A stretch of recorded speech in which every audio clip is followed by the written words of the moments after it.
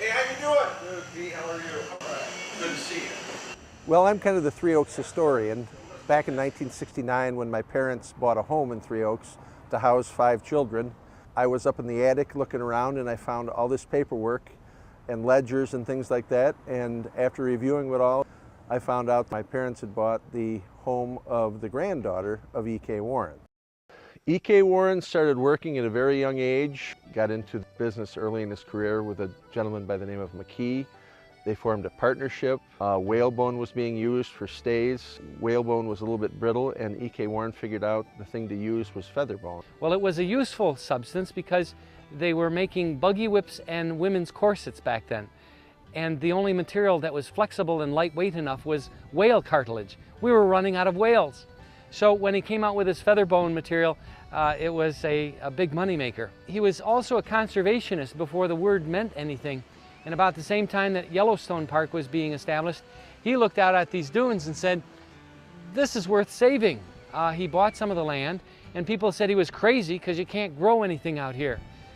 Well, that's not what he meant. He said, someday this area is going to grow. People will need a place to relax and enjoy themselves. He leased a large portion of land at the north end of this park to the state for 99 years.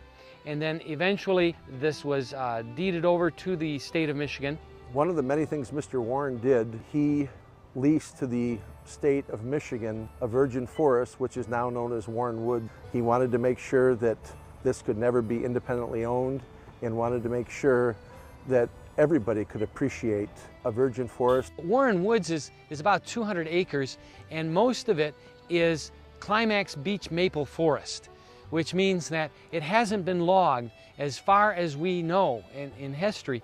And so you get these huge beech trees, and then underneath in their shade, you get these small maple saplings growing up to replace them. Each season has its own beauty for the wildflowers, or coming in the fall for the changing leaf color. Sometimes it's just nice to go down in there and listen to the quiet.